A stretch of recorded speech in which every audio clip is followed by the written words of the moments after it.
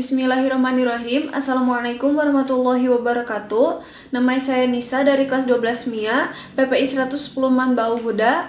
Tujuan saya untuk membuat vlog ini yaitu untuk memenuhi tugas Pakis yang bertemakan tebar sapa teman belajar di saat pandemi. Dan di video ini saya akan mengundang narasumber yaitu keponakan saya sendiri. Langsung saja ke videonya. Bismillahirrahmanirrahim. Alhamdulillahirrahmanirrahim. Di sini saya sudah bersama dengan narasumber. Boleh terhadap narasumber untuk memperkenalkan diri terlebih dahulu.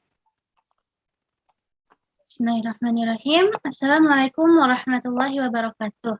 Pertama-tama saya ucapkan terima kasih kepada Bibi Nisa yang telah memberikan saya kesempatan untuk berada di sini.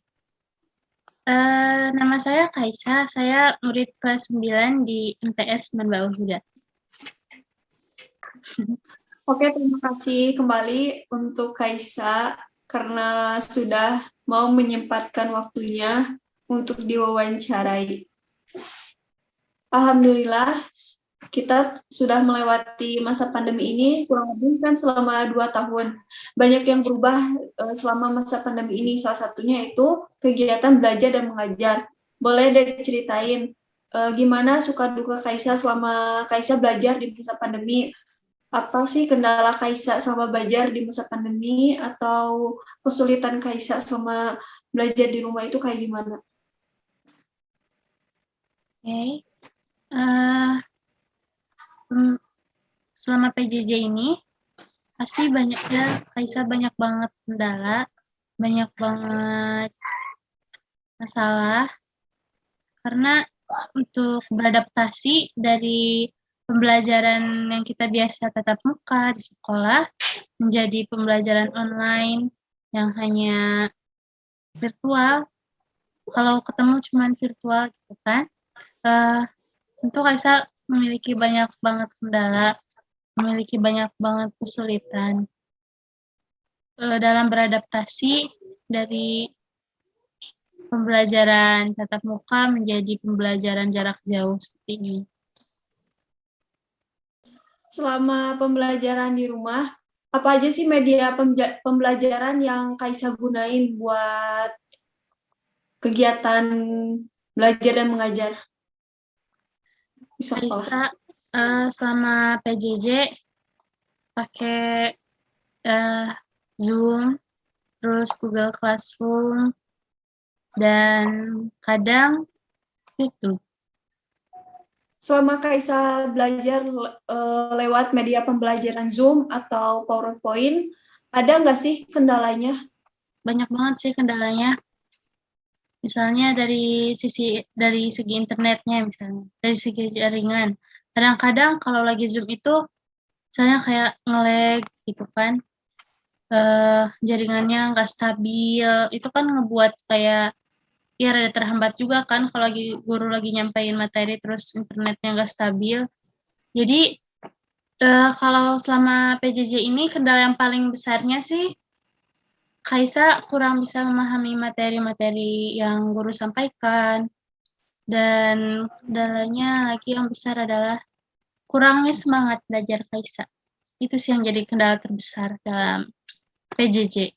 Menurut Kaisa sendiri nih, Kaisa lebih suka buat belajar di rumah atau belajar secara langsung di sekolah tatap muka? Masing-masing ada kelebihan dan kekurangannya ya. Tapi kalau untuk Kaisa suka belajar di rumah karena Kaisa lebih senang di rumah gitu. Untuk keefektifannya pasti lebih efektif di sekolah, dan ya untuk Kaisa lebih baik Kaisa sekolah. Meskipun Kaisa lebih senang belajar dari rumah. Kalau di rumah itu Kaisa ngerasa lebih tenang. Enggak sih, tenang juga sebenarnya Kaisa nggak ngerasain tenang sih selama belajar di rumah. Ya Kaisa ngerasa lebih bebas aja. Kaisa ngerasa lebih jiwa Kaisa bebas kalau di sekolah. Tapi kurangnya ya pasti di rumah banyak banget sih kurangnya, karena Kaisa nggak paham materi, terus gara-gara belajar di rumah Kaisa jadi males, nggak ada semangat. Terus ya masih banyak kekurangan lainnya. Kaisa kurang suka situasi banyak orang gitu. Jadi Kaisa kalau untuk situasinya Kaisa lebih milih di rumah, tapi untuk yang lainnya Kaisa lebih senang di sekolah sih karena materinya ya nyampe. Nah, seperti yang dibicarakan di awal, jika selama pandemi pasti ada banyak perubahan, dan salah satu contohnya itu adalah pola kegiatan. Nah, Bim tanya sama Kaisa, ada nggak sih kegiatan yang Kaisa biasa lakukan sebelum pandemi, tapi Kaisa jarang melakukannya selama pandemi, dan kebiasaan Kaisa yang Kaisa jarang lakukan sebelum pandemi, dan sekarang setelah pandemi Kaisa sering melakukannya. Kegiatan yang biasa Kaisa lakukan sebelum pandemi dan jarang Kaisa lakukan selama belajar di rumah, misalnya nulis mungkin, nulis catatan, baca buku mungkin, baca buku pelajaran ya. Kalau baca buku yang lain, baca buku cerita atau novel yang gitu-gitu, Kaisa masih suka. Cuman untuk baca buku pelajaran, untuk baca-baca materi, Kaisa jarang banget gitu. Terus kalau untuk kegiatan yang baru Kaisa lakukan selama pandemi, Kaisa jadi lebih sering.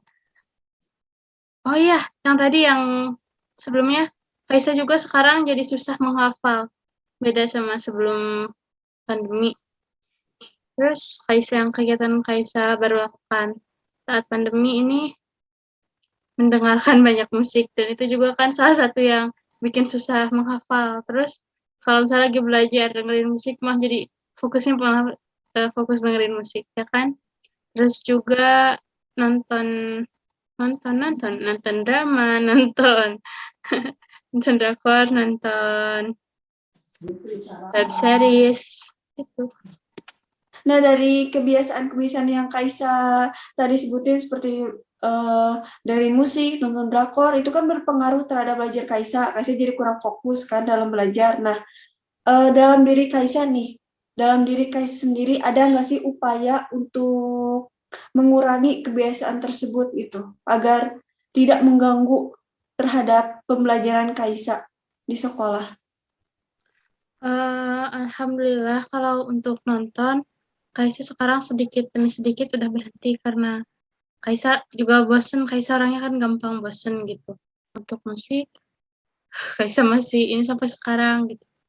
Ya, tapi semoga aja Kaisa harus menyibukkan diri dengan hal-hal lain yang lebih bermanfaat, dan ya itu kayak Kaisa.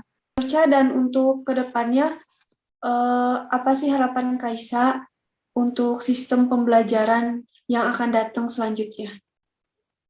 Kaisa berharap kedepannya bisa lebih baik, dan untuk Kaisa pribadi, Kaisa berharap Kaisa bisa lebih semangat belajar. Terus kalau untuk pendidikan kedepannya, semoga kedepannya itu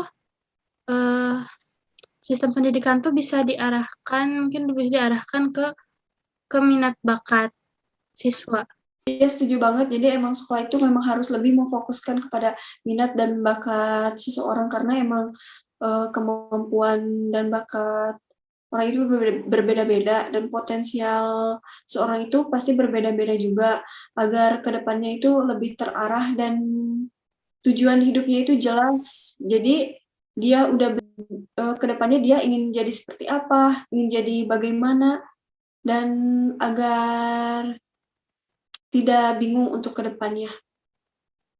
Oke, terima kasih Kaisa karena udah mau meluangkan waktunya di sini, berbagi cerita di video ini, dan udah mau membantu tugas Bibi dengan menjadi narasumber di video ini. Terima kasih Kaisa, terima kasih banyak. Terima kasih kembali karena telah mempercayakan Kaisa sebagai narasumber untuk tugas Bibi. Semoga pakisnya sukses, dan maaf kalau Kaisa ada kata-kata yang kurang berkenan. Kaisa mohon maaf dan terima kasih. Mungkin sekian dari saya, mohon maaf jika ada kesalahan atau kata-kata yang kurang pantas untuk diucapkan. Wabillahi taufiq wal hidayah. Wassalamualaikum warahmatullahi